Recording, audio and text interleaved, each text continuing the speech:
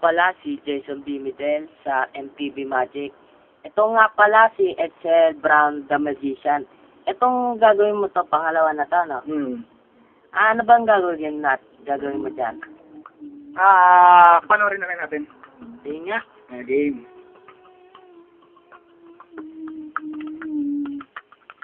Isang kilalas na araw na naman. O, tumalok ka doon.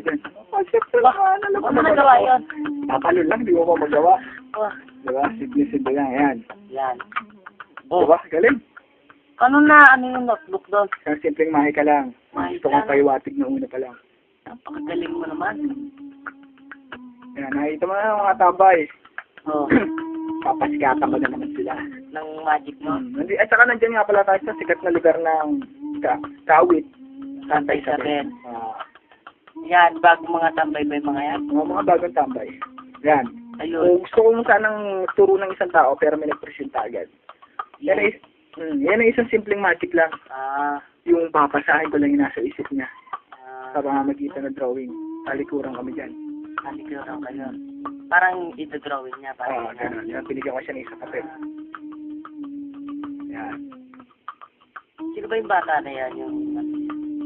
Tutusin niya, hindi ko siya kilala pero pinili ko siya kasi Sikat ka kaya nagulat sila yung nagulat.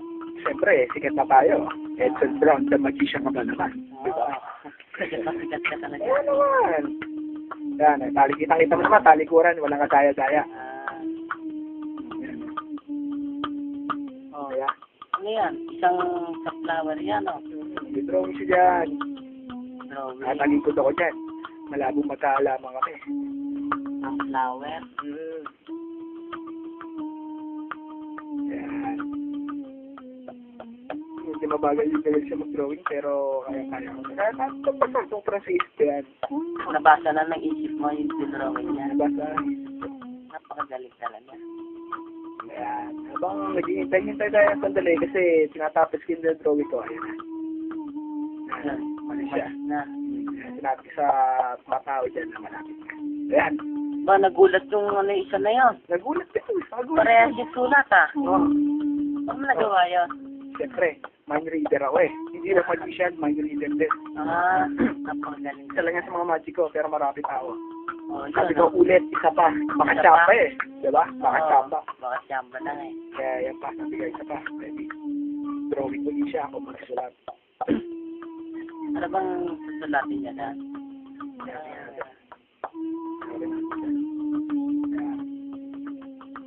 Ayun, tinatakpan na. Kasi duda eh. Duda eh. Baka daw nakikita ko eh. Tinatakpan ng isa lalaki. Ano ba yan? Yan, yung lalaki na. Kita mo na rin siya sa mga nakaraang magic ko. Kasi madalas nagtambay sa Facebook. Si Engine, di ba? Ay, okay. Natandaan ko na. Yan, sulat na siya. Yung sulat niya. Mukhang ang pangalan ng barangay nila. Barangay nila? Santa Isabel. Santa Isabel. Yan. Okay? Santa Isabel. Isabel? Isabel ang sinulat. Ano pang ano na yan? Di ba nag-aaral yan? Hindi ko alam. Ayan ako, kita mo, nakatalikod, di ba? Hindi ko alam. Oh, Santa Isabel. Yun, binagyan na ng A. Yun. Santa Isabel na. Tumama na. Yan. Mas ulit yung bata. Yan. Ay, sinulat. Sinabi ko sa ako naman. Santa Isabel. Santa Isabel, ang pangalan ng barangay. Sa Yun sa akin. Papares kayo. Paano manalaban yan? Siyempre, ako pa. Galing nga. Yun, nagulat yung bata niya. Talaga sila. Lahat sila. Sa mga Kaya to, sino mo? Pero meron pa ako di sa magic. Ano yan? Isa pa. Isa sa pinamanga matindi ko. Isang buwan ko pala na pag-aaralan. Pero handa na ako. Alam ko sa sarili ko na handa na ako pamalas ng isang magic na yan. Diba? Siyempre, relax ko muna aking mga kamay kasi siyempre, galing sa pagsusulat eh.